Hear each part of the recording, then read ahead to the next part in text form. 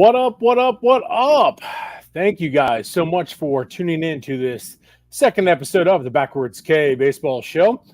As always, my name is Chris Asbrock, and I'm joined by my esteemed co-host, Scott Kaiser. Scott, my man, how are you doing? What's going on, buddy? Week 2, we made it. We didn't get canceled after week 1, so that's where baby steps is how I'm looking at it. This is we're off to a good start so far. At least one full down. We're 30 seconds into a second one, so we'll see how it goes from here. And to the tens of people watching across the world, we thank you for tuning in. Indeed. So, well, we have a pretty good show on tap for you guys today. We've got some free agent talk here. We'll look into the curious case of Joey Votto. We'll break down the American League and do a little Tri-State baseball report, and then I'm gonna grind. I'm gonna get on what grinds my gears. Little brushback segment. We're gonna call it the brushback. What gets us so mad, we want to throw at the batter. So I've got a pretty good idea what Scott's is. So I'm just gonna sit back and let this guy go because it's gonna be good. But as always, again, thank you guys so much for tuning in. Other than that, let's get into it, my man. Go for it. Let's lead things off. Let's do it. MLB free agency. Well, from last episode till today, we've had 2 signings. 2 of any significance. Let's put it that way. Eddie Rosario, the left fielder, signed a minor league deal with the Washington Nationals. And then, obviously, Joey Votto. He finally caved, found himself a team, which we're going to get into here in just a little bit, where he took a minor league deal with the Toronto Blue Jays, his hometown team. With the minor league, camp invite or whatever with a chance to make the team. So, Matthew, good evening, my man. Appreciate you tuning in. Scott, what are your thoughts so far on Eddie Rosario? You're a little more familiar with him than myself. What are your thoughts on that? It's good to see Eddie find a home. I didn't expect that the length of time it would take for him to find a new deal when the Braves didn't bring him back at the end of the season. I figured Eddie played pretty well his last year in Atlanta. I know that the contract wasn't as exciting for the Braves any longer as it was when they first signed it. Eddie didn't offer as much as they were looking for out in left field. His defense was left a lot to be desired. And while he played hero during the World Series run and will always be immortalized in Atlanta for that, I think they're just looking to get a little bit more. So that's why they made the trade for Kelnick, moved around money. But that being said, I would have never expected Eddie Rosario to have sat on free agency well into the period, only signing, late last week. So that was a little surprising for Eddie, I'm sure. Especially the fact that he signed a split contract. So he gets $2 million to sign, and then he gets $4 million if he makes the major league club. But this is a guy who had a guaranteed contract for up to $9 million this year, just a few months ago, on the fact that he could only find a home in Washington of all places. And a split contract is kind of sad, but I don't know. I guess it proves the Braves a little bit correct that they let him go without much fanfare and, moved on from him so quickly. But I was a little bit surprised that he didn't find a better job, or at least a better paying job somewhere else out there. You're right on that. And that's the thing is, a free agent, left fielder, guy's got tons of experience. Again, you were saying, his production in the World Series, it was a little shocking that it took him this long to sign, and also, like I said, like you were saying with the Nationals. And on the flip side of that, it's a great deal for Washington. Low risk, high reward deal for them. They're just a team that's still looking to continue to build up and get better. Now, obviously, they're stuck in the National League East, which is an absolute nightmare of a division. But again, low risk, high reward for him. I look forward to seeing what he can do. He'll be able to, if he makes the ball club, which I would imagine he probably will. Like I said, it's a low risk, high reward. But having a veteran like that on your team to help mentor, the young talent that's on that Washington team, to me, it's a no-brainer, and I think it'll benefit them, throughout the season. Unfortunately, like I said, they're in the National League East, and like, it's miserable to be stuck in that division for the Washington Nationals.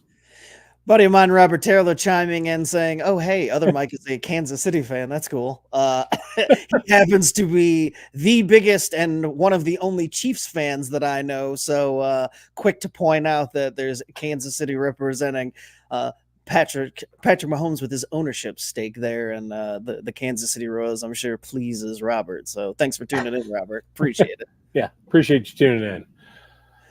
All right, well, you want to talk Joey Votto? Yeah, let's talk Joey Votto. So Joey Votto finally found himself a home last week. He was lamenting in various social media circles that he hadn't quite found a home yet. He was looking to play ball and missing ball and sent all sorts of sad pictures of himself sitting on park benches and whatnot.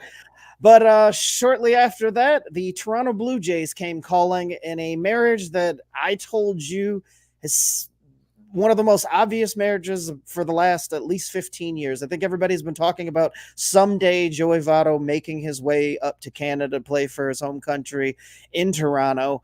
And I was surprised, again, much like Eddie Rosario, that it took this long, because it made too much sense. And the Blue Jays had the need. Votto doesn't have the skills he once had. So, I'm sure that they were waiting a little bit to see how the free agent market played out. I'm sure they were in on Cody Bellinger. And obviously we know that they were in on Ohtani, a couple of other big bats. But, nothing wrong with taking a flyer on Joey Votto. And look, I'm a big Joey Votto guy, okay? Having lived in this city for pretty much all of his career, I've seen everything he's had to offer up close. And I can't speak for you, but personally, I've known way too many Reds fans that didn't appreciate Joey Votto's career and his time here because they always wanted just a little bit more. They complained that he walked too much, or they complained that he didn't hit enough home runs, or whatever it may have been. I always thought, especially during the time of his peak performance, was when the Braves were down a little bit. And to watch him do what he was doing at the time, I thought, you guys have no idea what it's like to have a guy that goes out there and does what he does every day, despite the fact that when he was doing that at the beginning, the team around him took a little while to get built up, before they got to the playoffs and were in consistent conversation for contention. Love Joey Votto. Now, I do think he's been a little weird over his career, and he didn't with the media early on. But the weird thing about that is he kind of flipped it. And he, since his skills have taken kind of a deterioration, he's been on the backside of his career, his social media and his personality has been able to shine, and he's become a fan favorite across not just Cincinnati, but baseball. So good pickup for the Blue Jays. Interested to see what he can do up there. I'm sure that neither side is expecting huge things numbers wise, but he's a steady presence. He's a veteran presence. That lineup can use a little bit of lengthening. I don't know how much he's got in the tank left, but quite honestly, Toronto can use all the help they can get, if I'm being fair. I can't argue that. And like you were saying, Scott, this was the most obvious marriage in terms of free agent with a team that we've seen in a long, long time. The problem with Joey Votto was the fact that he was holding out for a major league deal. He was not going to get that. And I know a lot of Reds fans were all upset with the way they handled the Joey Votto situation. I had no issues with it whatsoever. The dude's 40 years old. He didn't have it. I mean, yeah, it was nice. We saw spurts of it last year. And I think a lot of it was the rejuvenation of being around this young team that the Reds had. I mean, this team's stacked. And I think that helped rejuvenate Joey for a little bit. But there's just, unfortunately, here in Cincinnati, there just was not a spot for him. And that's what we're seeing now. Toronto, again, just like the Eddie Rosario situation, it's a no-brainer. You bring him in, low risk, high reward. I don't think he has much in the tank, but his knowledge at that plate is, it's second to none. And Scott, like you were saying, Reds fans being, not appreciating Joey enough. It's incredible. The dude won the MVP. and he was one of the best pure hitters that we have seen in the league in the last 15, 20 years. In terms of just pure hitting, the guy's approach at the plate was unbelievable. I And I agree. think that's the one thing that Reds fans, yeah, I mean, I remember seeing all this stuff about, he walks too much. He's too picky at the plate. Well, I mean, what the hell do you want? I mean, and the object is to get on base, and score runs, and Joey will get on base at a ferocious pace. So I don't understand, what you're wanting from. Okay, maybe the fact he would bat in the 4 or 5 hole. I'll give you that, but still a very professional hitter, and it's well deserved. It does suck that he's not, retiring with one team. That I mean, that does suck. I like the fact that these guys can, play their entire career with one ball club. I think that's really cool. Unfortunately, this was not the case. But best of luck to Joey. I'm super happy for him. As many of you guys know, I'm a big Jays fan. Mike, that's so true, man. His social media game during free agency was awesome. Joey he's a hoot. I mean, he is so funny, and he does a fantastic job in the booth as well. So if you ever got a chance to watch Joey during his time where he was out injured, him in the booth, it was awesome. And I don't even have to go to the booth. It was 2 years ago on opening day when the Reds played the Braves. It was on ESPN, and they did the on the field mic up, and Joey was down there, just cracking up, hamming it up with Ozzy at first base and everything. No, it was a great interview. I'm glad that he's opened up and showed his personality, because he was a little bristly to start his career, and I think he just he was one of those guys that was just so focused on being good at what he did that the media stuff kind of took a back seat. So I can totally understand that, but it's nice to see that he does have a personality. He's willing to show it, and he's gotten out there and made himself more marketable, more fan friendly, so that a contract like this is kind of possible. I can't imagine that if he was still the same kind of brooding, distant with the media type that he was to start his career, that there would be any club looking to bring him in, because it wouldn't be worth the headache at this point. But you get Joey in there up in Toronto. He teaches some of the guys, and again, is that veteran presence in the locker room. Who knows what can happen? I mean, again, don't expect big things as far as numbers, but Toronto needs what they can get. And if Joey just provides one guy with a boost to his career, like a Davis Schneider or somebody like that, one of the real young guys that's just making their way, if he can change the course of their career, I'm sure that Toronto will consider all the money very well spent. 1,000%. And another thing too to really think about is, like you were saying, him mentoring the young guys on that team. Toronto was a very immature team last year. They did things in game that just were not smart baseball decisions. Joey is not like that.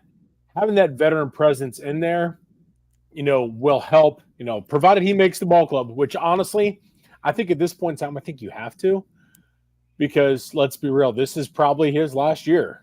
And what a way to go out, playing, north of the border, your hometown team, going for it. And here's your chance to, again, mentor,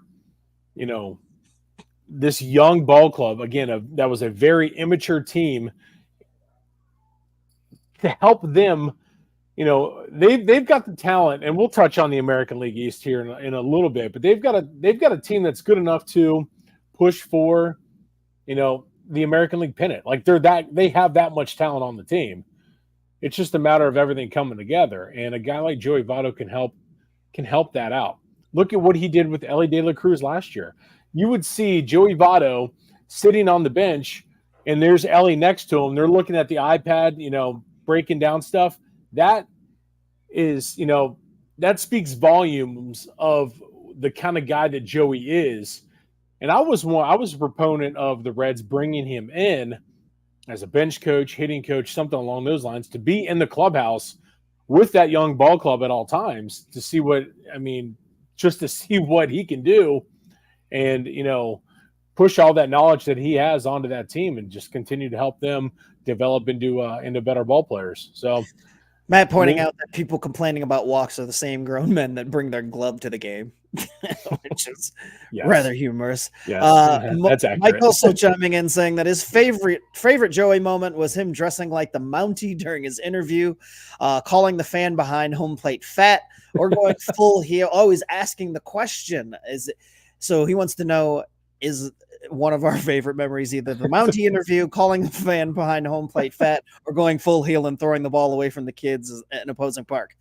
I'm going to answer this one first because it absolutely is him throwing the balls away in the parks. Yes. That was when people still didn't quite understand who Joey was and thought he was still that angry, brooding early on in his career type. And I thought that was hysterical. That Oh was my the gosh. first glimpse into who Joey really was. And I loved that he would heckle the other team's fans by doing that. I wish more players would mess with opposing fans like that. Well, that's exactly what you have to do. I mean, as these guys, the crap that they get from the opposing fans is awesome usually anyway. But Joey was able to dish it back in a fun way, and I mean, and he would do it. I mean, it was like was it Philadelphia? I want to say where was the team that he would really get those fans. Oh, which is easy to get them riled up anyway. But Joey did it like in just the best way possible, and he was so much fun to watch when he did that. And obviously the Mountie interview was hysterical. I actually forgot about the Mountie interview until I saw a tweet the other day after he signed where it said Joey ready for baseball. That's right, he did do the interview on the Mountie suit. I had completely forgotten about that part. But yeah, I mean, he's one of a kind. It's a little sad to see him go because I'm like you. I'm being a baseball traditionalist. I love when guys are able to stay their whole career with one team, and him being the face of this franchise for so long. It would have been nice for him to retire Red, but I understand from both sides. Joey still wants to play. Man, go out there and do what you love to do because you don't have much time left. And for the Reds, they've got enough talent and enough young guys in there that it was time to move on and stop clogging the roster spot with Joey. So I totally get it. It's one of those amicable splits, and you don't like it, but when you look at the baseball card, you can just cover up the bottom part that says Toronto and just pretend he was a Red his whole career. There's plenty of guys that spent like their entire career one place, and then the last year or two you look and you're like, oh yeah, that's right, I forgot they played there.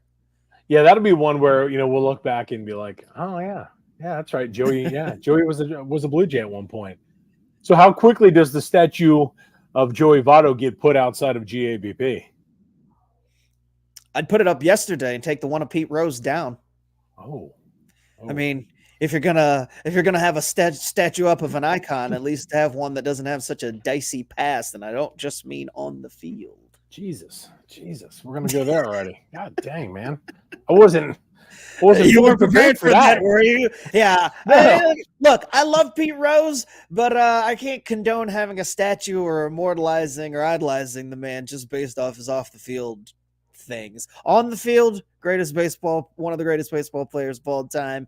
Definitely think he should be in the Hall of Fame for what he did on the field, but he's in a different type of Hall of Fame off the field, one that you don't want to be in. Well, that's a great transition to our next free agent. I mean, Jesus, that made that a little easy, but in terms of players with a dicey off the field situation, let's look at Trevor Bauer. Now, Trevor Bauer, Cy Young Award winner, obviously, with all the issues that he had off the field. Another former Red.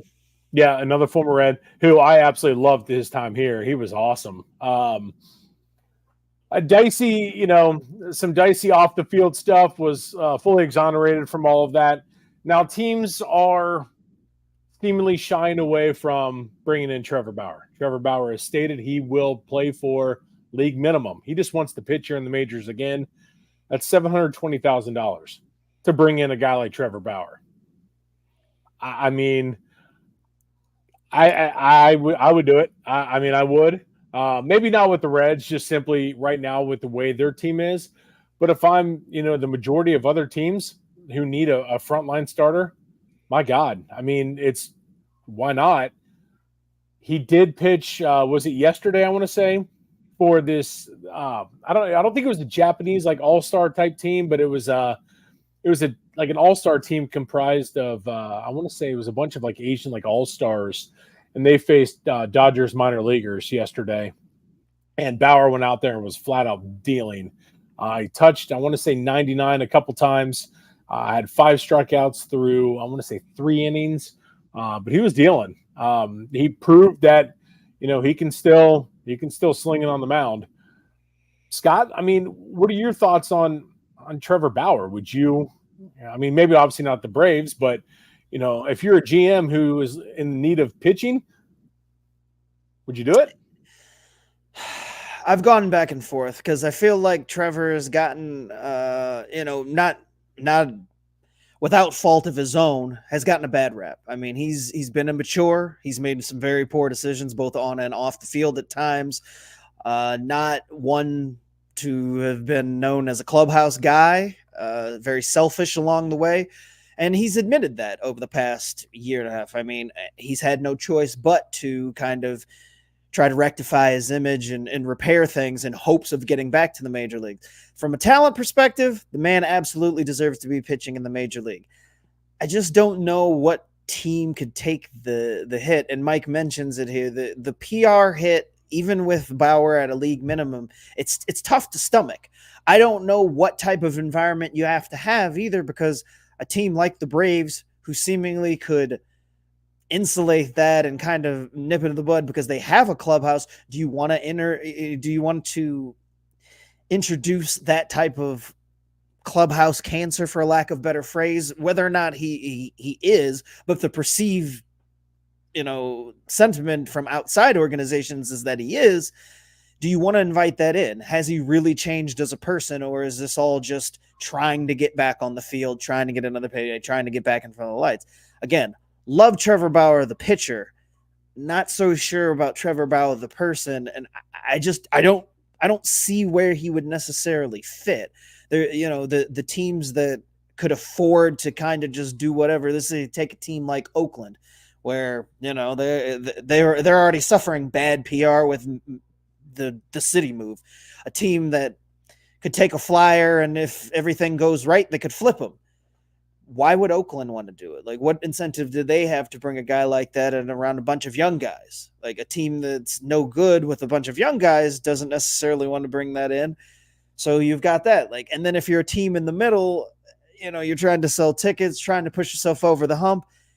It just doesn't seem like there's a spot for Trevor Bauer, even though I think he deserves one, just because, based on everything that happened with everything. I know there's still some unsavory details, but overall, he got exonerated. Everything got dismissed. It's all behind him. I just don't know if that means that you get another chance at baseball, especially if there's nobody willing to sign you. What about, here's the team for you. The team behind me here, Texas Rangers. They are in need of, now, I mean, hear me out. You've got Bruce Bochy as your manager. Bruce is one of the most well-respected managers that we have ever seen in this game. So his presence in the clubhouse anyway would be, enough to, you would think, squash any shit that would arise from Trevor. But they're a team that would need, I mean, at this point in time, they need pitching help. I mean, that might be, a team like Texas, I think, would be a really good fit for him. Now, look, don't get me wrong. I mean, the league. I'm just kind of spitballing teams here. So no, I got you. And I'm saying league wide, pitching wise, he could pitch for anybody. He's still got enough skill that any team should want him from a talent standpoint. That's not the issue. The issue is you got to deal with all the outside stuff, and a team like Texas, who just won their first World Series in club history, are they going to want to bring that on and basically tarnish their World Series title? I don't think that's a great move for them. And I mean, what you have to get an owner to sign off on this too. Well, and that's the only owner that I can think of that might sign off on is Artie Moreno, because he doesn't seem to give a shit lately. So I suppose he could go play in Anaheim.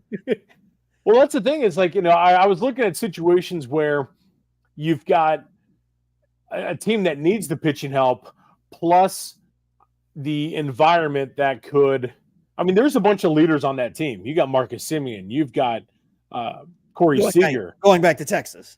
Yes, that's what I'm saying. So like, no, you're talking about the Angels. I was like, you said, I'm like, wait a minute, they have leaders, and then you started naming players. I'm like, oh no, the only leader there is Mike Trout, and that's it. And other than that, it's an absolute gong show.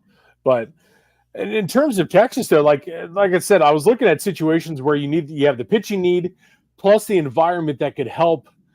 I don't want to say corral him, but then you've got guys like Max Scherzer who, I mean, he's a strong personality as well.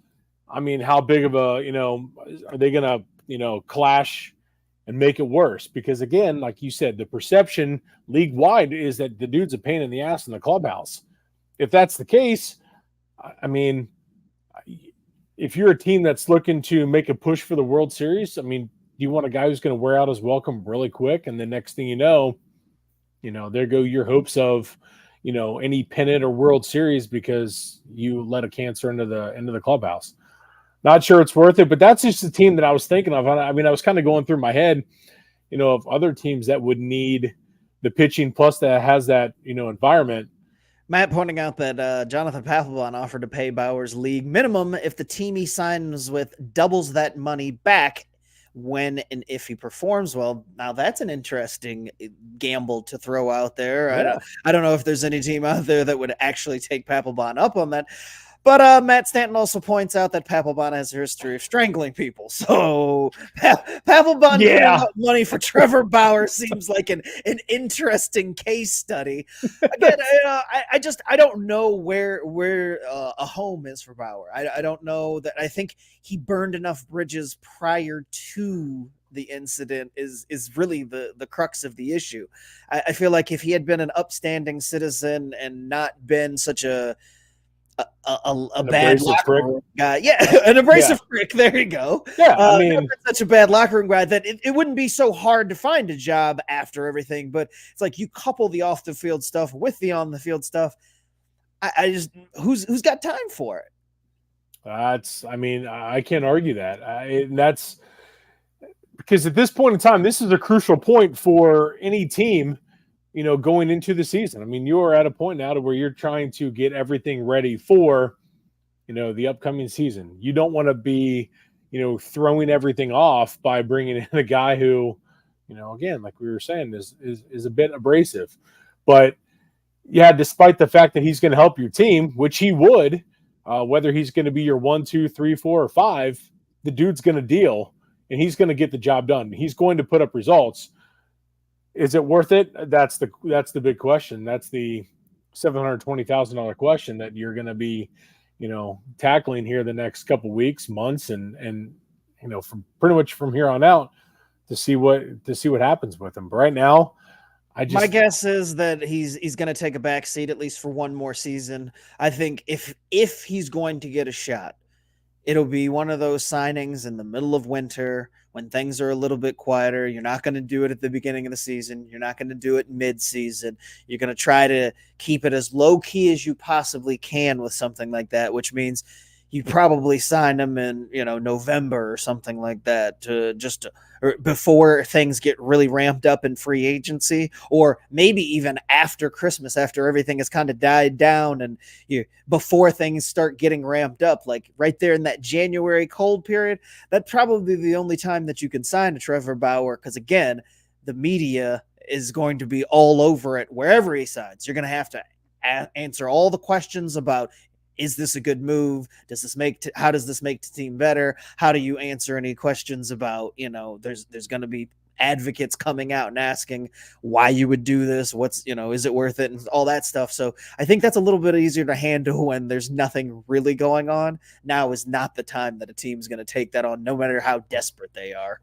Do you think it's a situation where the league is, league wide, they're punishing him, in terms of, like there's probably a ton of teams out there, and I mean, in my personal opinion, that would want to sign him that are like, but then they don't want the brush back and blowback from the other teams in the league. You see what I'm saying? So is it like, Yeah, do you think that's the situation or no? you're asking if he's being blackballed. I was kind of great. I was being Yeah, on the bush I on mean, that one. I don't know. I think this is kind of like the unspoken bond with who was it in the NFL that the league basically kind of shunned and wouldn't sign, and there's no evidence that anybody's getting blacklisted, but sure it happens. I mean, Yeah.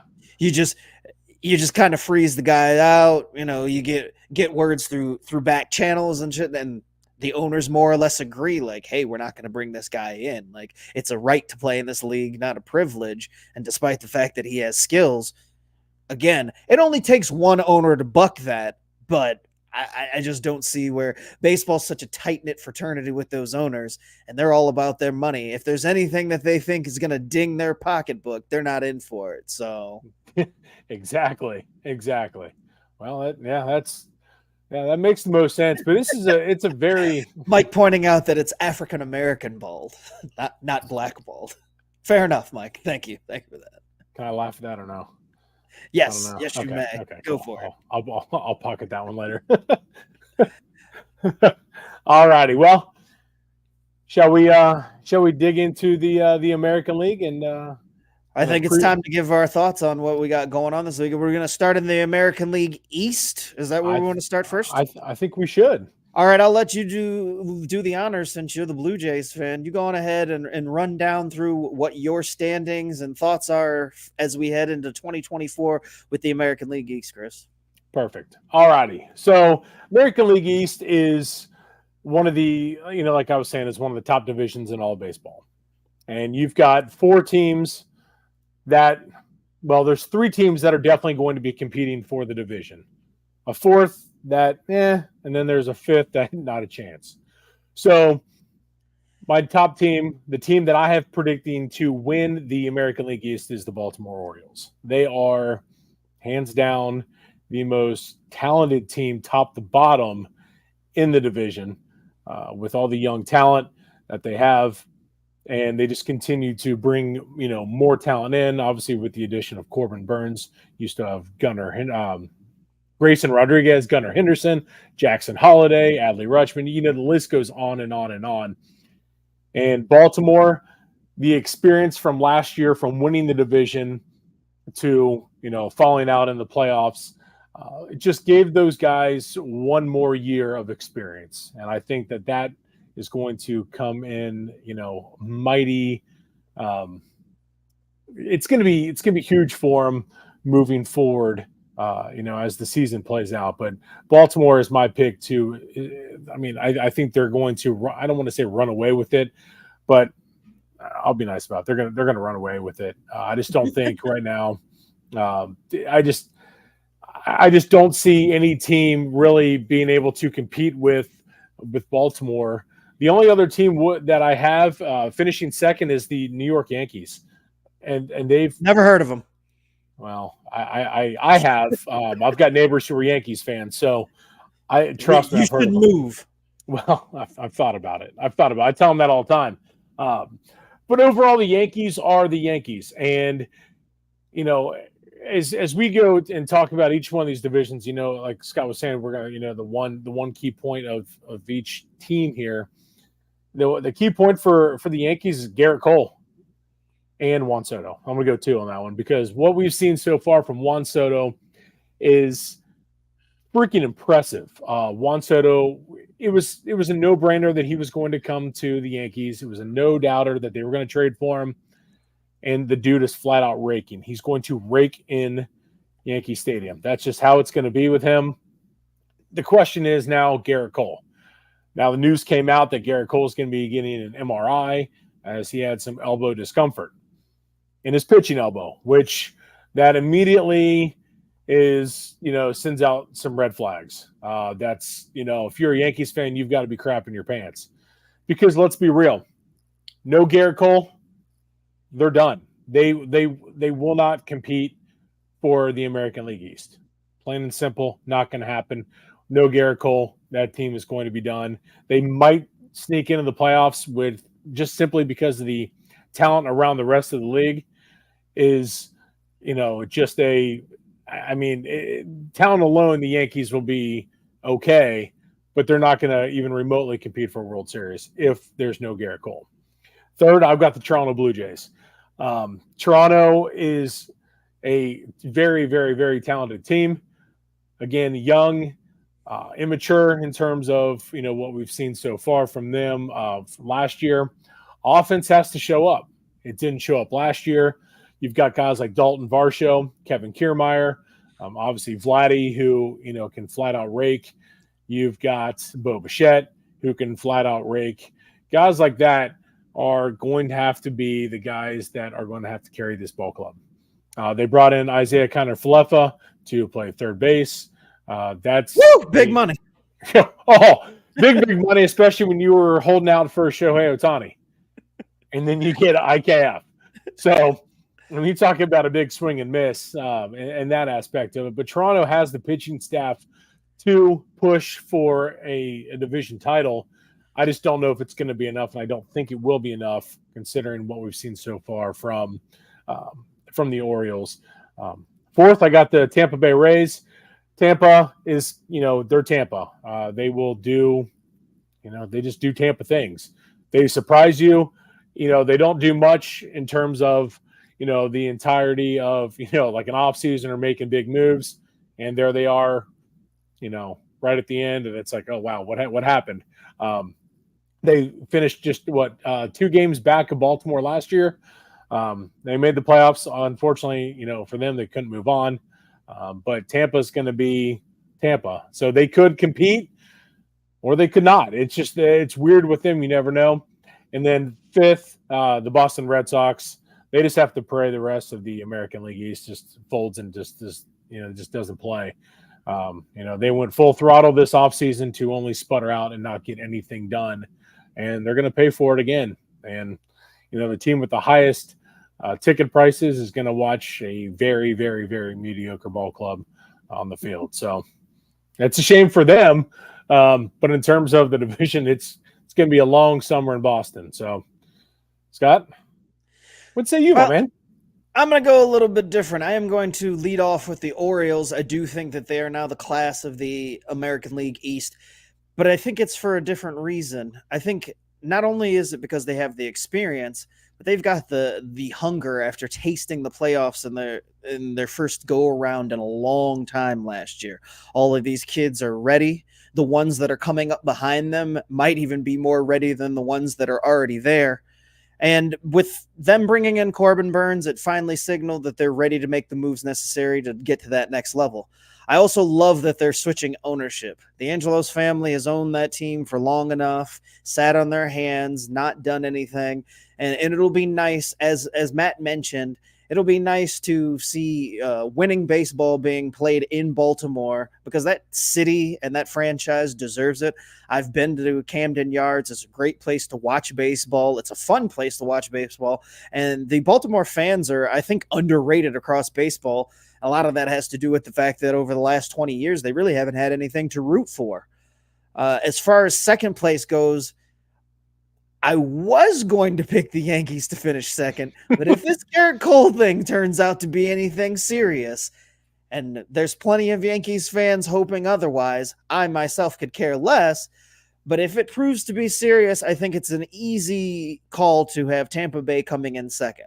I love what Tampa does. Year in, year out, doesn't matter what happens with who they trade, who they bring in, who they lose in free agency. They just keep on humming. They have a formula, they have a system, and it works.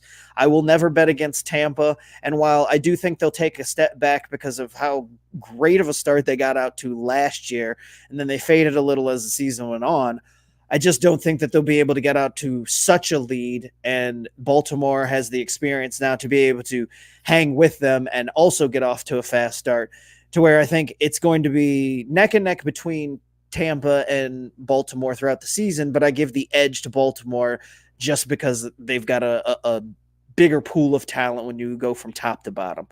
That's not to say that I don't believe that Tampa Bay won't be a part of the playoff picture, because I think you're going to have at least 2 teams come out of this division to represent the AL East. Now, last year they had 3. This year, I think they're going to take a step back and only have the one, which means I'm leaving out the Blue Jays.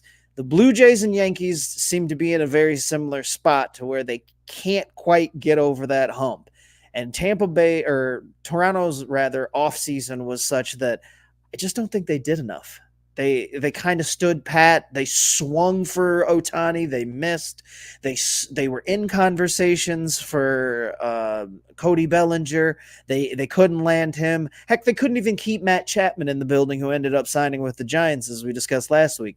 So I think while they have a decent team on paper, and I think a competitive team, they're in the wrong division.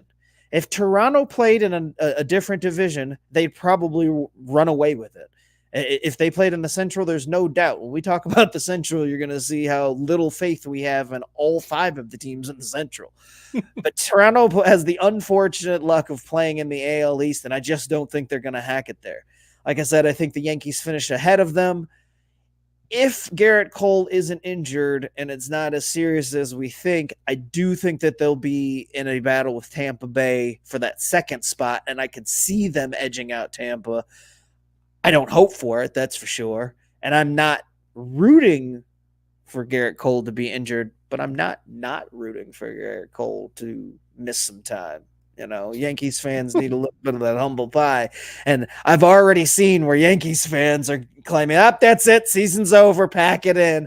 Haven't even gotten the MRI results, and as typical Yankee fans, they've already thrown in the towel. I'm not saying that they also don't have a reason for that, because outside of the Juan Soto deal, this team didn't do a whole lot. And they traded away a hell of a lot to get Juan Soto in. They don't have any pitching depth. So if you lose a Garrett Cole, that's going to hurt doubly. I don't trust any of the rest of the starting rotation. Carlos Rodon isn't the guy. He's not built for New York. He isn't healthy. You can tell that just by the spring results so far. And then, you've got behind him, you've got Nestor Cortez, who, again, can't trust to stay healthy, pitches decent when it does. And then they've got a bunch of guys that don't scare anybody. So while I think if Garrett Cole is all right, they've got enough talent and whatnot to finish second, I just don't think that without Garrett Cole, they can compete for anything other than third. And that leaves just the Red Sox, who, as you mentioned, did an absolute fuck all this offseason. They didn't do dick. They sent out Chris Sale. They've told their fans at the start of the offseason they're going full bore. I think they lied about being in on Yamamoto, and it was only window dressing. They claimed to be in on him, but Yamamoto wouldn't even give them a visit in person. So I don't think they were ever actually in on him. And I just think they're kind of spinning their wheels. I don't know what that franchise is doing. Ever since they got back to winning World Series kind of on a regular basis, they're winning, 3 and 5 years or 3 and 7 years or something along those lines, breaking their long-standing curse. They then proceed to trade Mookie, and everything since then has just been a what the hell is going on in Boston. They've got some nice pieces. Rafael Devers is still there. They've got a few younger guys that should be good going forward. Tristan Cassis is a name to know if you don't follow Boston at all. But just in general, from an outside looking in, that team's a mess. And again, they're actually not that bad on paper if you were to put them in another division. In fact, I think late into the season, they were only a few games back. That's the problem. All 5 teams, talent-wise, could win just about any other division in the American League. But since they beat up on each other and play each other so much, and only max of 3, as we saw last year now with the 2 wild cards, can make the playoffs, I just don't think that Boston has the juice anymore in that division. And until they decide they're going to get back to being big players in free agency, going out and making moves that it takes to win, they're going to wallow in 4th or 5th place for a while. So I'm going to go Baltimore, Tampa Bay, New York, Toronto, and then Boston. Okay. So your two playoff teams are Baltimore and Tampa. I'm going to take Baltimore and Tampa to win one of the wild card spots, and Baltimore to win the division narrowly over Tampa Bay. Okay. I like that. I mean, I can't. The New York Yankee one, that's a tough one. Before we move off of it, Matt Barr saying Garrett Cole can take some personal time to himself. No injury necessary. Just take an Anthony Rendon season, my guy. Just some me time to think about what he's done. I'm okay with that too. I'm not rooting for injuries again, but if their most talented players aren't on the field for whatever reason that is, I'm okay with it. I can't argue that. Yeah, I mean it's the Yankees. They're the evil empire for a reason, So no, I get it. I the Garrett Cole thing is going to really that's definitely something to watch out for. As we hear more. Yeah, we won't know the results of that MRI until next week's show. So between now and then, we'll get some news. But Yankees' initial reports are that they don't expect to have anything to report for at least 2 days. So it doesn't sound good, but hey, it didn't sound good for Ronald Acuna, and Braves dodged that bullet. So maybe the Yankees will get lucky. I know. Remember last week's show? You were like so distraught and devastated, and then shit, you not first. I said a 6 out of 10. I don't know, distraught and devastated, Cat. Dude, don't give me that. Deep down inside, you were a little nervous. I was a little nervous. You were. Look. Anytime that the MVP might be down for a considerable amount of time, yeah, that shakes you a little. But that being said, if Ronald was to miss some time, as long as it wasn't the whole season, I wasn't hitting full on panic mode. I wasn't ready to cancel the season, even if because, again, did win a World Series without him. So, there's that. You smug ass, I swear. Oh, I love it. Oh, you always provide some pretty good humor to this. Thanks, Tyson. This show does suck. Appreciate you. Well, hey, you know what? That's not too bad, man. We are one full show and then 47 minutes into a second one before we got that. So I'll take it. Exactly. All right. I've been called worse by Tyson, so there's that. Oh, there we go. I'm new to Tyson, so I'm waiting to hear what he's. Oh, don't worry. He's fun. No? Yeah. Okay. Fantastic. All right. He's a ball of positivity. I can tell. I love it. Well, let's move on to the American League Central. Scott, do you want to go or? Sure, I'll lead things off the American League Central. The American League Central sucks a bag of dicks. Short answer. Chris and I were talking about it before the show, and the only thing that we can agree on is that the Chicago White Sox are going to finish 5th. That's it. You've got the Minnesota Twins are the defending champs in that division, and behind them, you've got the Detroit Tigers, who have been in rebuild mode since their last World Series appearance. You've got, you've got Detroit, Kansas City, Chicago, Minnesota, and who am I missing? Cleveland. Good God, the mistake by the lake. So the top 4 teams after Chicago, pick them. I know that Minnesota won the division last year, but I have next to no faith that they can repeat that. Again, they've got a nice young core. They've got a decent pitching staff, but there's nothing that they did last year to suggest that they were demonstratively better than anybody else in this division. It just so happened that the rest of the division behind them is just that bad. So Minnesota wins by default last year.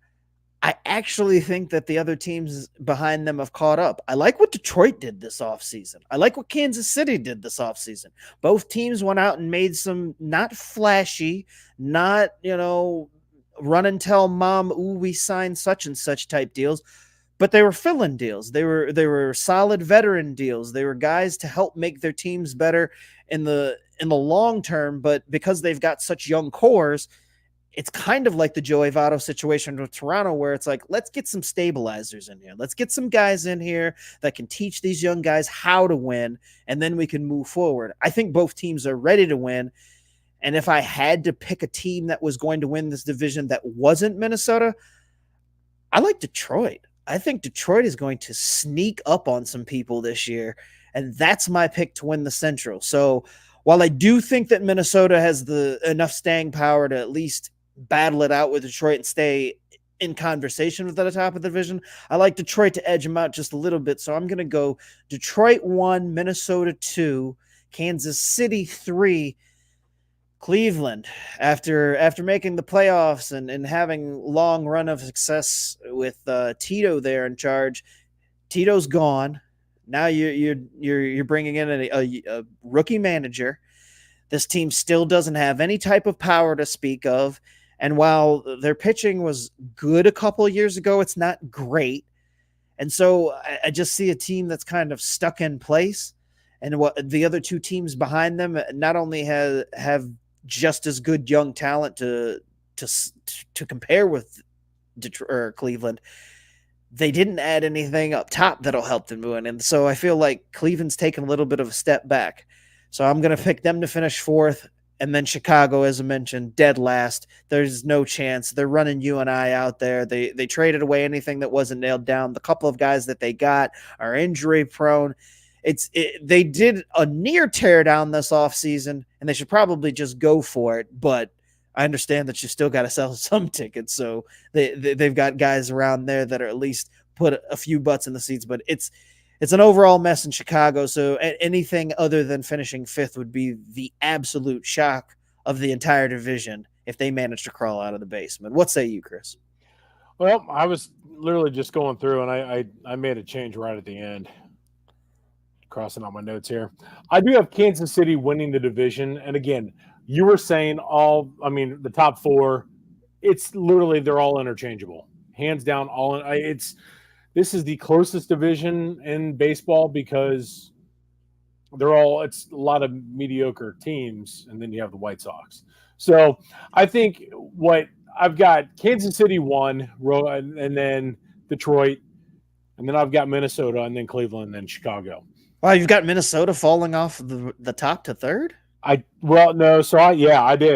Okay, so I switched. Right. I had originally when we were doing our the outline here for the show, I had Kansas City, Cleveland, Minnesota, Detroit in fourth, and then Chicago. But I switched and I flipped Cleveland and Detroit.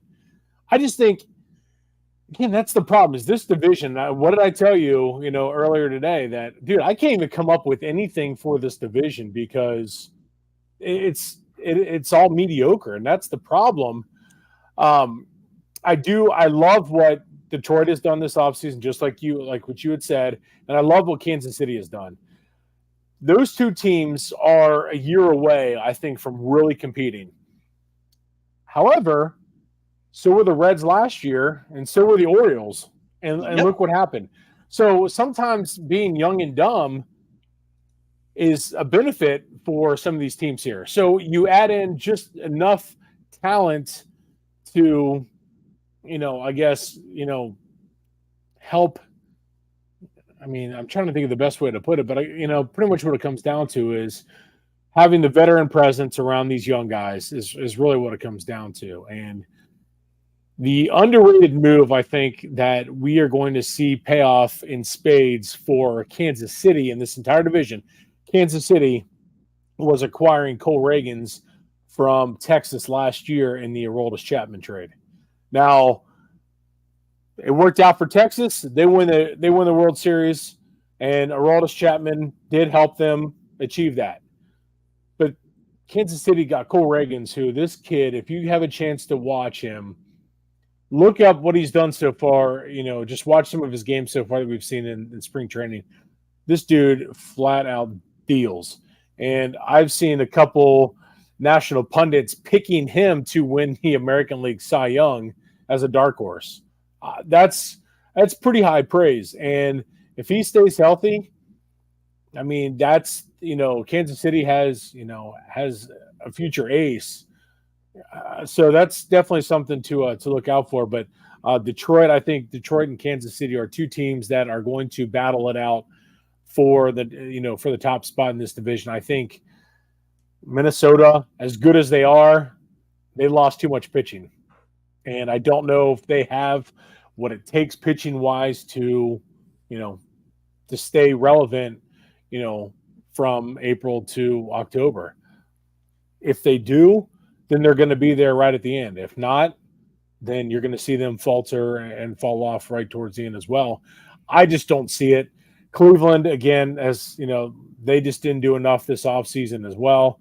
And Chicago is, like you were saying, Scott, Chicago. I mean, it's embarrassing what we have seen from the White Sox organization because they have just it's been awful. And again, they traded everybody that, like you were saying perfectly, traded everything away that wasn't nailed down and got very little back for it.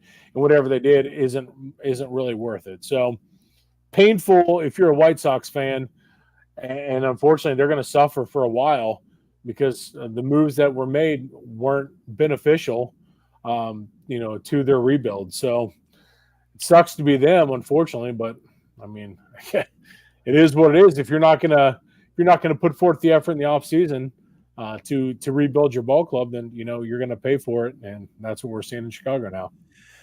Rexamillion saying that the Guardians are going to win the division and the series. That's interesting Positive. take from from a Okay. homer Cleveland fan, but hey, somebody's Okay. got to believe in them, I suppose. Matt saying that if Riley Green stays healthy, which is a big if, he points out, he picks Detroit to win the Central. Yeah, a lot of faith in the young talent with Detroit there, and Matt also pointing out that ever since they changed the name of the stadium in Chicago to Bail Bonds Park or whatever, they've been buns. Also, to kind of go off of that Detroit thing, the signing of Kenta Maeda, that's a sneaky good move. Yes, I love that's Kenta a sneaky good move. I love Kenta Maeda, especially when you take him from your division rival in the Twins. The Twins lose Kenta Maeda, they lose Sonny Gray. Yep. And I agree with you. That brought them back to the rest of the pack. And while they still have Pablo Lopez to ace that thing up top, I just don't know that they have enough to keep ahead of Detroit and Kansas City. That's what I'm saying. Like, I just think it's going to come down to those two teams, and they're going to battle it out. I mean, it's going to be interesting to see how it plays out. But again, this division's going to be fun to watch, I would say, from the top three. Is it going to be fun to watch, though? Not fun in terms of like product on the field. It's going to be fun to watch the race. Pillow fight division, more or less. Oh, yeah. It's going to be awful. Like, I mean, but it's going to be fun to watch, how these teams battle it out. Is that I was going to say, I look forward to seeing the growth of the Tigers and the Royals and seeing if they can actually hang tough with the Twins and maybe one of them sneak up in there. Because I would be perfectly fine with seeing somebody else. I don't have anything against the Twins. Yeah, I don't either. They're also nothing. They're nothing special right now with who they have on their team. There's nothing that they don't have any of those household names that you look for exciting. And so, I mean, while they're a fun enough team, I wouldn't mind seeing Detroit or Kansas City come in there and do something just to make things interesting. Well, like I said, both teams are about a year away from really competing, but I mean, why not? Why not this year? Texas, look at Texas. They were a year away as well, and they won the damn World Series. So yeah, they spent $2 billion in 2 off seasons, though. So they did, but again, they spent in just a couple positions. They were still a very, very, very young team, and I mean, let's be real. They shouldn't have. They overachieved last year big time, in my opinion. Oh, no, for sure. They overachieved winning the World Series, but just from how much money they spent on to bring Corey Seager and Marcus Semien and all those guys in there, they didn't cheap out. No, they didn't. But still, they were, that was 2 positions that, they really spent, multi-million dollars on. Well, and DeGrom, that's third. Yeah, but that was. But let's be real though with that. I mean, oh no, we're gonna revisit his history now because I love Jacob DeGrom. When that dude's healthy, he's the best pitcher in baseball. When he's fully healthy, he's the best pitcher in baseball. So like 5-6 years ago. Well, I mean, just from a fully healthy standpoint. Yeah, I mean, it's fully healthy. I mean, the poor guy. That's why I was kind of stunned that Texas, dumped the money like they did. But I think we all were.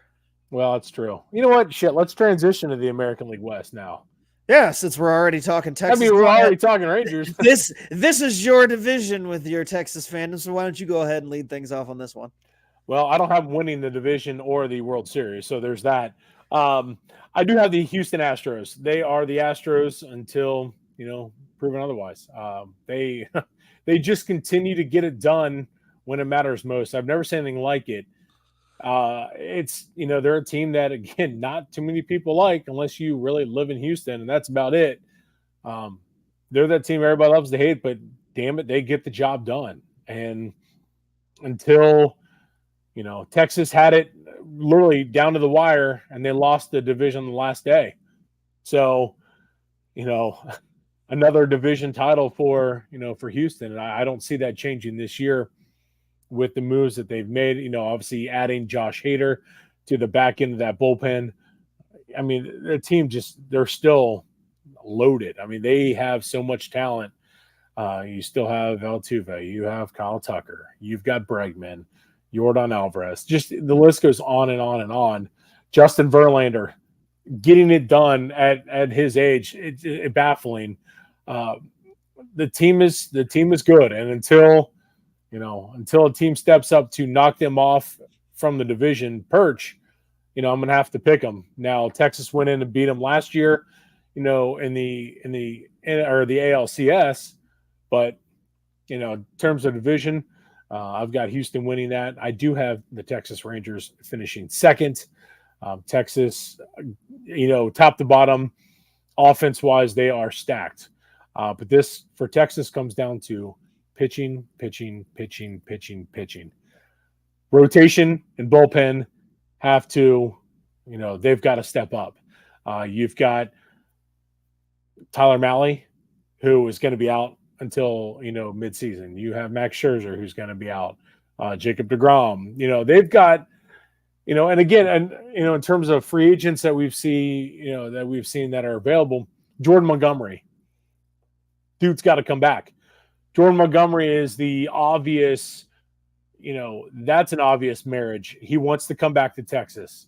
A lot of the issues with the regional sports network stuff, I think that has really halted the movement of Texas, building, their pitching staff back up in terms of bringing in a Josh Hader, which they were heavily connected to in the offseason.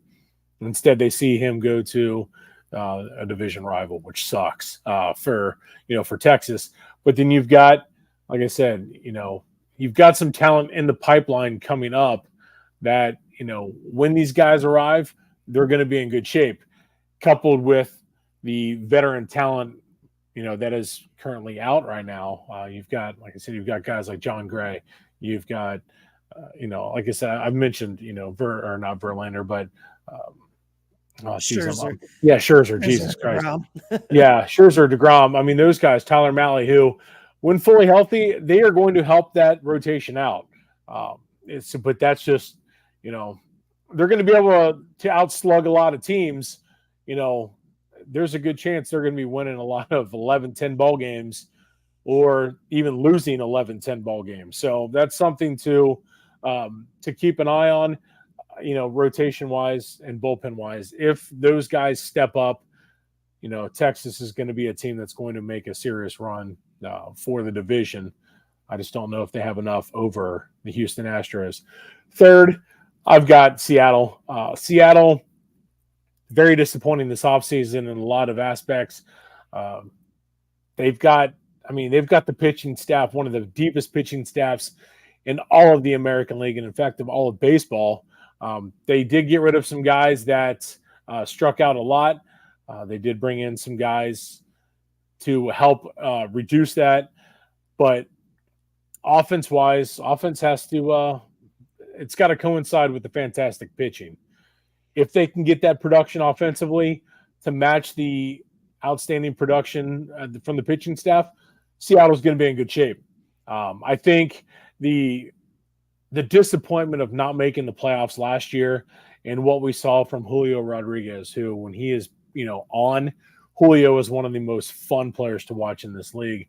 And I think there was a lot of pressure on him last season, especially with the All-Star game being in Seattle.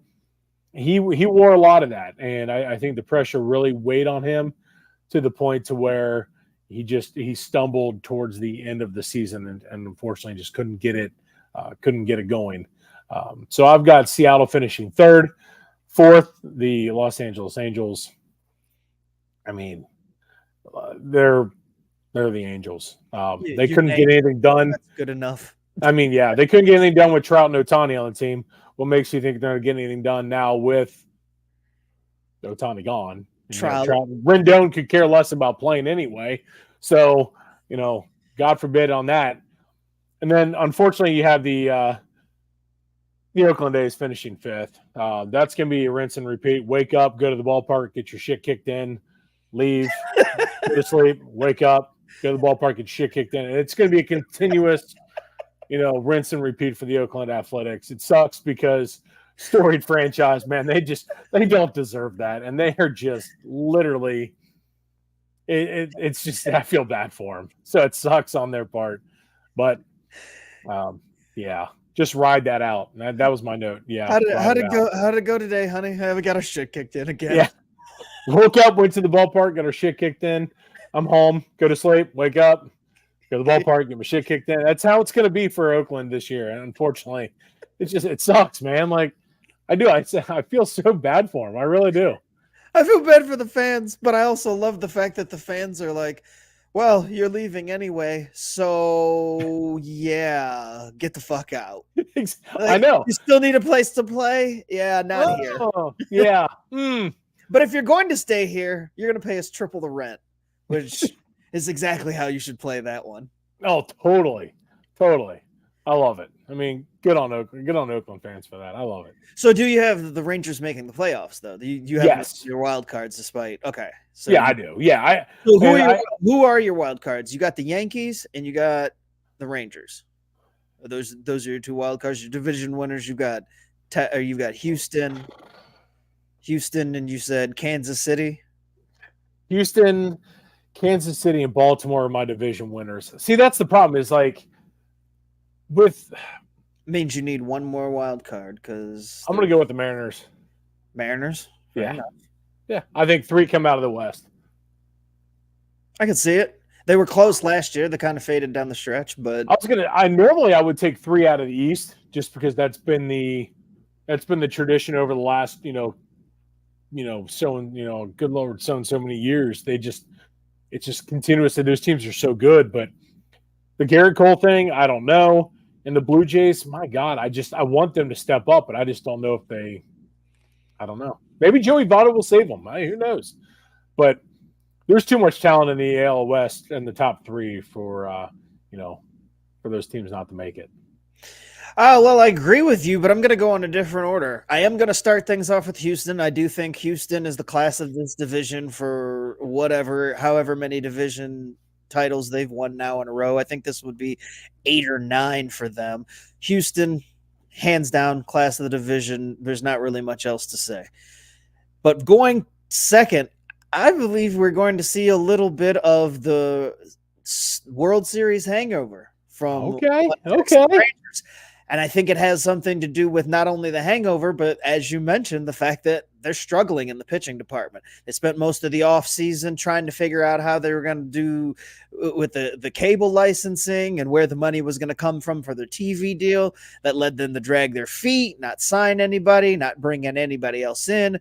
It seemed like a perfect match for them to just bring Jordan Montgomery back. That looks like that's dead in the water. So the fact that they didn't bring him back in means they have to patch things together until those high-priced veterans that they brought in from other franchises get back from injury. And I just don't think that it's going to be enough to hang tight with the Astros of the world. So I have the Mariners moving into second place in that division. Okay. Julio Rodriguez is going to take that next step this year. Last year, he started off slowly. We know he took the world by storm his rookie year, but this year he puts it all together for a full season, puts that team on his back. I know you said they didn't add a whole lot, but I like the Jorge Polanco addition at second base. If he can stay healthy, that adds. Damn, I forgot about that one. And they hands down probably have the most complete top 5 rotation in baseball. From 1 to 5, I think that they've got the most quality if you were just talking about each individual player at their number positions. Not the best rotation, but the best when you're talking about 1 through 5. So that's going to be enough to push them over past Texas in that division. I do still have Texas coming in third and representing with the wild card. They're not going to fall out of the playoffs. There's too much talent on offense. It'll, like you mentioned in terms of a couple of other teams, they may win 10 to 12, 12 to 10 games, 11 to 10. It might be a lot of ugly high scoring games, but I think they'll have enough offense to be able to pull ahead most contests and hold on until that pitching shows up. And then it's just whether or not they can put it all together and make another run on the back end of the season, but they got to get there first. I do think they're capable of getting there, but I have them taking a step back into third. I'm going to pick the Angels to finish fourth, but that's only because the Athletics are so terrible. Like, I love the new addition of my man Ron Washington in Anaheim. That is going to be the most exciting thing about the Angels, is that I do think that Ron is going to bring an energy and a sense of a pride back to that franchise that's kind of been missing. It's not to say that with Trout and Ohtani there that they didn't have pride in their jobs and they weren't trying to, but I just don't think that they had leadership when one of the two of them was out, or both of them over the last few years, to be able to overcome that. Trout's not a super vocal guy. He's more of a lead by example guy. Or Ohtani the same way. And I think Ron is that voice in the clubhouse that this team is going to need. And they've got some young guys that I like too, like Zach Neto at shortstop, Noah Shanuel coming up at first. They've got some pieces there. Their pitching is a disaster.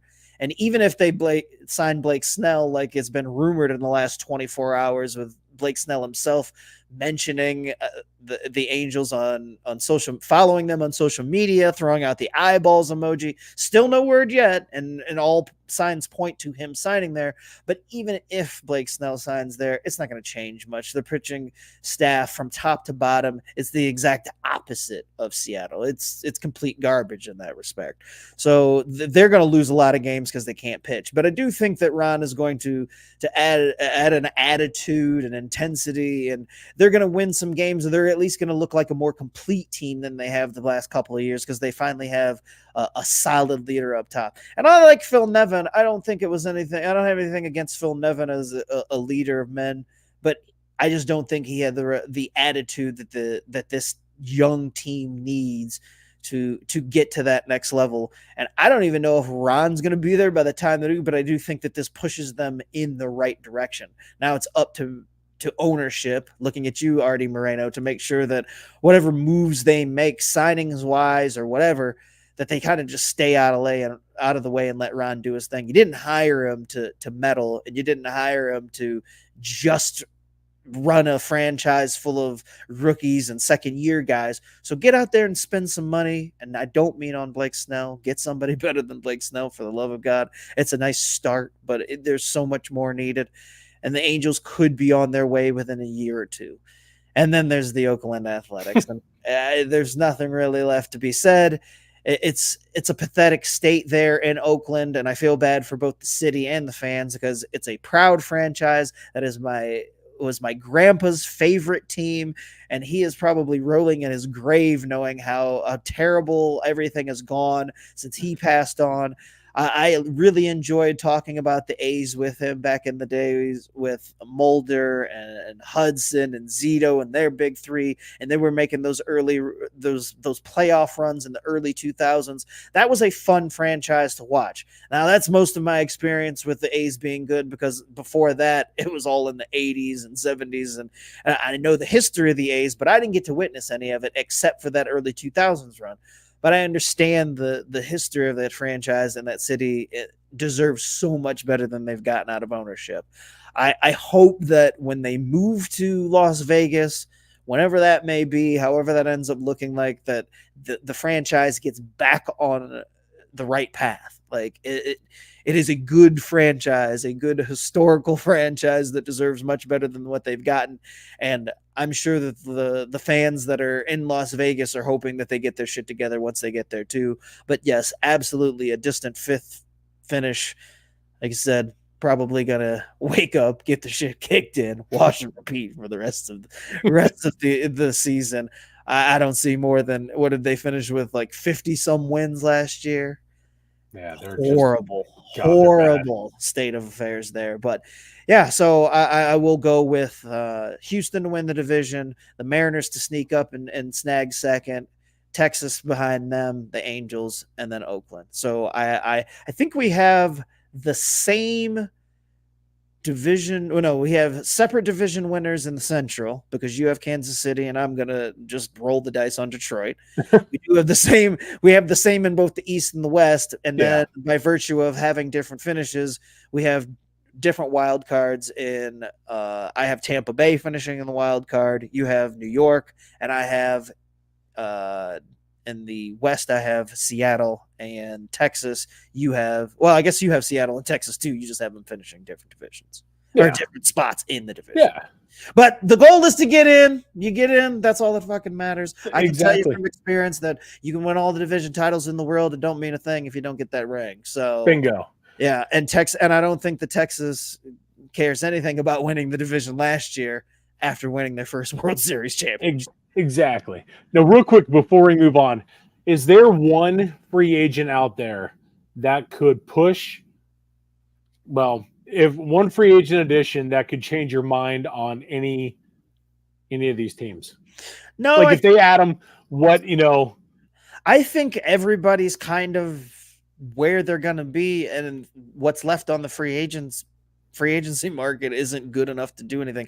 I do think that, and I saw plenty of people mention it, if for some reason this Blake Snell thing stalls with Anaheim and the Yankees come begging and calling and saying, hey, we're so sorry, we're going to up our offer, I do think that can kind of turn the Yankees' fortunes ever so slightly. I don't think that it makes a huge difference, because I think I don't think that Snell's necessarily the right personality to fit in New York. No, but it helps. I don't think he's that good either. I think he's good enough, but I don't know that he's built for that city. No. So, and let's be real, it takes a special kind of person to play in New York. Look at, Sonny Gray, for example, real quick. Sonny Gray is one hell of a pitcher. He really is. He gets the job done. He's a guy that you can rely on every fifth day to go out there and deal. He's going to shove. He couldn't get it done in New York because he's just, some guys can handle it, some can't. And there's nothing wrong with that. Look, I know that it was on the back end of his career, but all I need to know about how hard it is to handle things in New York is to look at Randy Johnson. When Randy Johnson went there, shoved the photographer the first day or two he had signed in New York, and then never was able to pitch to what we've seen and know Randy Johnson to do the entire time he was there. Flashes, but never got what they expected out of him. That's all I need to know. So while I do dislike the franchise, the fans, and everything about that organization, I do realize that it's a different type of game to play in New York and to be successful and succeed with the media and all the bullshit circus that comes along with playing in New York. Yeah, those pinstripes are they're definitely different, and that's they weigh heavy on some, and not as heavy on the others. So, well, anything else of note that you want to point out across the American League to look out for, or anything that you're watching that doesn't necessarily have to do with the individual races? No, I'm honestly, I'm excited. Who's your MVP? Who's your early pick for MVP? Oh, let's go MVP and Cy Young while we're picking division winners. Who do you got for MVP? Oh, MVP. Oh, man, I didn't think this. Honestly, that's fine. I put you on the spot, but I've got one for you. I'm going to go with Yordan Alvarez. I think I was going to go. Yordan Alvarez goes with. You're going to go with the easy one, huh? You're just going to go. Well, let's be. Yeah, the dude. I told you, the dude's going to put up numbers, whether we like it or not. I'm not picking a Yankee. That's my. Do you think I wanted to? You could have picked anybody else. There's a whole league. Honestly, a dark horse to watch though, Adley Rutschman. And if the Orioles are going to do what we think the Orioles are going to do, it would probably be led by whatever Rutschman does. Him or Corbin Burns would be probably the reason, but I would imagine that Corbin would win the Cy Young in that case versus the MVP. So I could see him winning Cy Young, but I'm going to go with Yordan Alvarez. It's all about health. And when that dude is healthy, he's capable of putting up 40, hitting over 300.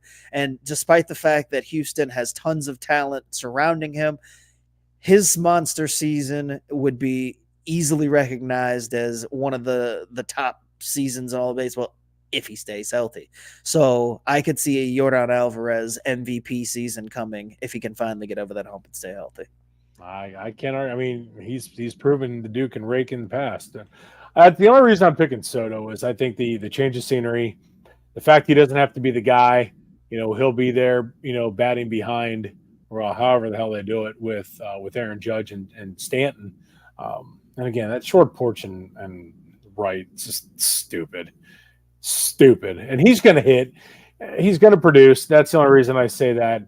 But again, Adley Rutschman, another name that you had mentioned is Julio Rodriguez. He's one to watch as well because he's got the talent to do it. And now that he's coming off of that that season, the sophomore season last year, where it was kind of like, oh man. Like I said, I think there was a lot of stress on him. He wore a lot. If he can brush that off, it'll be interesting to see what he can do. Coming season. But that's my pick. There was going to be Soto. Cy Young. I'm going Corbin Burns as I struggle through that one. I just think that addition is, I mean, he's ridiculous. And, with that team, the dude he gets it done every fifth day. I'm going to pick a sleeper pick because while I do like the Corbin Burns pick, I just want to pick somebody different. I'm going to go George Kirby for Seattle. I like it. I think George Kirby's going to have himself a hell of a year. He's showed flashes. He's got himself in that upper tier of pitchers in the American League. He just needs to do just a tad bit more. And if he's able to lead that pitching staff to the playoffs and Seattle in general is able to play better, I think he will be a big reason for that, and I'm going to go with George Kirby just to be different and not pick Corbin. Hey, there you go, man. I like it. Let's be real. Any of those Seattle pitchers can do it. I mean, sure. Like you said, top to bottom, it's the best rotation in the American League, hands down. I mean, they are that good. And real quick before we wrap things up on all of things American League, Rex Million saying that he's interested to see how the Guardians do without Tito.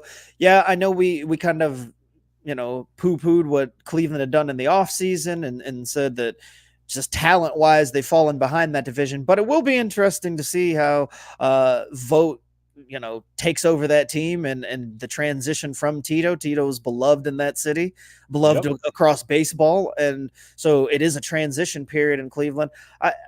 There are some things that it would be interesting to see him kind of shake up, though. Tito's more of an old-school guy, and maybe Cleveland could squeeze a couple more wins out of doing things a little bit differently. You never know how things are going to go when you go from the old guy who's been around the game for a long time to one of these newer, younger managers who, hell, just retired within the last couple of years. So, yeah, you're spot on. That's an interesting. I never really thought of that, but that's Tito. I mean, what he provides in the clubhouse is, it's proven. His career, speaks for itself. How does that transition happen up there in Cleveland? That's definitely something to watch out for. What do you want to hit us with the Tri-State Baseball report before we get out of here? You know what? No, I'm thinking I might do something separate on that. Maybe fine. We can do a separate podcast because that'll cover college and high school. I might do a separate show on that throughout the week sometime, and that way we're not clogging this up. But did you want to do the brushback topic, or you want to hold off on that? Well, let's go on ahead and do it. I can do it real quick. So this week it was announced that Sony announced that MLB The Show will feature female-created players in the newest version of MLB The Show. And before anybody gets up in arms thinking I've got any problem, I got no problem with there being women in any type of video game at all. I'm happy that they give you the option because, hey, I've been able to create myself for my entire life, and I haven't played baseball since Little League. So it's just as unrealistic for me to be in a baseball game as it is anybody else who creates themselves, female or otherwise.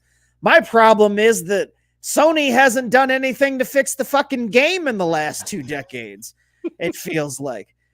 They've neglected franchise mode. They've neglected the online mode. And video games in general have just shifted to a state of pay to play and focusing on the online card packs and being able to build some type of ultimate team. And that's not what the hell I'm here for.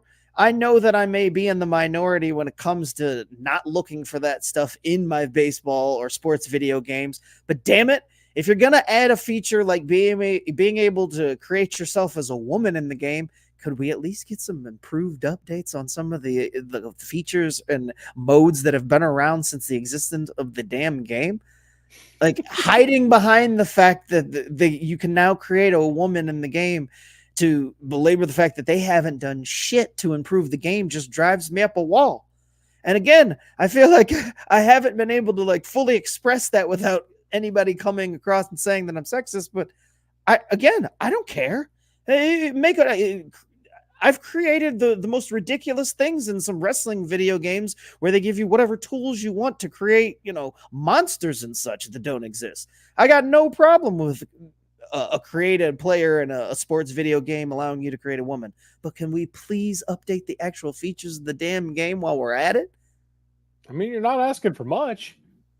I mean, that's the thing. Yeah, it's like that's the frustrating part about it all. I mean, here I am. All I got to complain about really is, spring training games not on TV. I just want to watch more spring training games. So I'm not going to really go on a tangent on that because I can't top what you just did. But on a side note, did you ever play the NCAA baseball game? I absolutely did. Back in 2007. Yes. It was the spiritual successor to the greatest baseball video game of all time, MVP 05. So of course I played it. Yes. Okay. Do you think they come out with that now? Like obviously now that we have the NIL stuff, do you think they're coming out with like college football? Because of how much it took to get college football back and the fact that they only made, was it one or did they follow up 07 with an 08 college baseball game? Because I only owned the first one. They did two of them. I do know that. Okay. Yeah. The next year I fell off, and I think it was because it was a transition from PlayStation 2 or PlayStation 3, whichever one it was on, to the next console, and I just left it behind, and it wasn't on the newer one. But I mean, I would love for them to bring back a college baseball game. I don't even have, outside of, going to Xavier and following them because they're Xavier, I don't really follow college baseball like that, but I'd be all in to play some college baseball. Heck yeah. Well, in fact, you touched on Xavier real quick. College baseball fans, this coming weekend, make sure you check out Xavier. They have a huge 3-game homestand against Indiana State. Indiana State is I don't know if they're nationally ranked right now, but they are a team that is, they're going to compete with the chance to go to Omaha this year. So they're going to be a fun team. That's going to be a big series to watch, and it's at Xavier. So if you get a chance at the weekend, I don't know what the weather is going to be like, but if it's nice, head on down and check it out. Like I said, it's going to be totally worth it. So other than that, I think that's all I've got. What do you I was just going to say, I think it's time to get out of here. It's the bottom of the ninth. Why don't you go on ahead and tell everybody where they can find us? Well, make sure you follow us on Twitter /X at ISCincy, and then at is it Crafts B Sports, I think is what it is. That's you guys. I do know that you guys handle that way more. Yes. Obviously, YouTube channels. Make sure you like, subscribe, all of that. Give us feedback. Make sure you interact with Scott and I on there. As always, truly appreciate you guys, and we'll be back next week for another rousing episode, as we'll definitely touch on the National League before the season starts, because it's going to get ramped up here. Next week. Next week, do we have the Korean series? Yes! We got baseball next week that counts, Chris. Let's go. Yes! Let's do it. For Chris Esbrook, I'm Scott Kaiser. Thank you guys for tuning into the Backwards Cave Baseball Show. Follow us on X or Twitter, whatever the hell they're calling it these days. Make sure you rate, review, and subscribe to us on all your favorite podcast platforms. Follow us on Facebook and right here on the Craft Brewed Sports Podcast Network. We appreciate you guys for tuning in. We'll catch you next week. We'll see you.